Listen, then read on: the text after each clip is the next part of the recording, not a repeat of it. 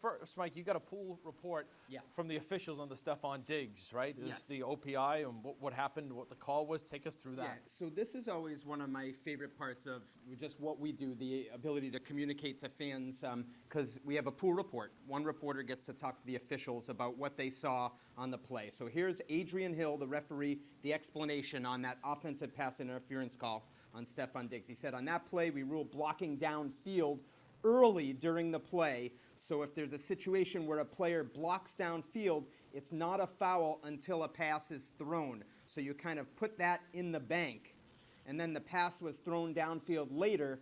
That created the offensive pass interference. So I think what he's basically on delay. What he's saying there That's why it took that so long. He didn't throw it right away because the quarterback might have been running, but he we heard 81 at first, and then we heard 8. Exactly. So then the follow-up question to Adrian Hill and the officiating crew, mechanically, why was the penalty called so late? I mean, the extra point team, Dan, was on the field when it was up. He said the official was processing the play and then came over to me on the communication system because it was a long developing play. He had to rewind back to what had happened at the beginning of the play and process that. So that is the explanation from the officiating side of what happened. And you were in the locker room. What did Diggs say about it? Diggs said he wanted to go back and watch it. He said he's a receiver, Dan, and it's always going to be, no, that wasn't OPI. Right, exactly. But there were a lot of those situations. It was a tough day for the officiating. I thought the initial 2-point conversion, I thought Drake was in right away. You kind of see his body go in, and he was over the goal line. I'm like,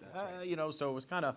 It looked like a tough day for the officials. I thought a tough day for the officials. ESPN does the research. They had 113 yards and a touchdown negated on offensive pass interference calls against the Patriots. So it gives you a little feel. I thought Mike Vrabel, a couple big-time challenges where that wasn't. And the Saints, Dan, were rushing up to the line on the play that Christian Ellis, the linebacker, punched it out. They were rushing up to the line. The fact he got the flag out, I thought, was a big part of this game. So it goes back to the big picture, Mike, what we talked about on game day.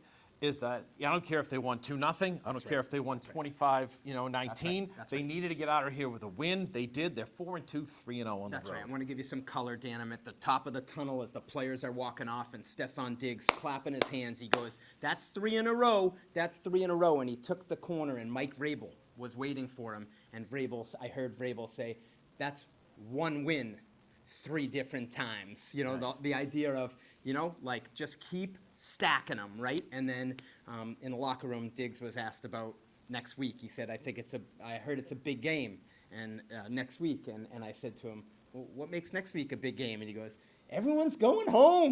Meaning Kayshon Boutte and Will Campbell today, Diggs last week in Buffalo, Mike Vrabel going back to Tennessee. What do you think of that initially, Mike?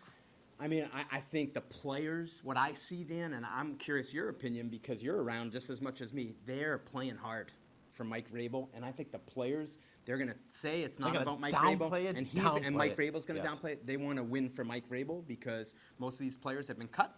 Yep. They know what it means to be fired, or they don't, that's basically being cut, and they're going to want to win it for him because they got a good little thing going on right now where everyone's working And there's some other players going home, you know what I mean? He's brought in, Gibbons, he's brought in other guys to show the culture that he set in Tennessee. So I guarantee you they'll all be fired up, they'll all downplay it, but if they win, Mike, they will be crazy that in the moment when they come off the field. Can I give you one more piece of color? All right, go ahead. That I think Steve will love. Yep. A bunch of players walking off, Efton Chisholm among them, about 8 of them, and all of a sudden they're like, chiz, because it was his first NFL game, and I think I passed it along. 1, because Steve loves them, but 2, they're all like, you feel like they're in it for each other, right? Like if one player has a big game one week, and he doesn't the next week, he's happy for the guy that has the big game that week, and that moment sort of captured it for me. Right, yeah, I agree there. And Mike and Steve, Christian, that they've all bought in to what Mike Vrabel has tried to do here, tried to create a culture from day one. He's starting to establish that, and they're all buying in. That's got to be fun to watch and unfold as well.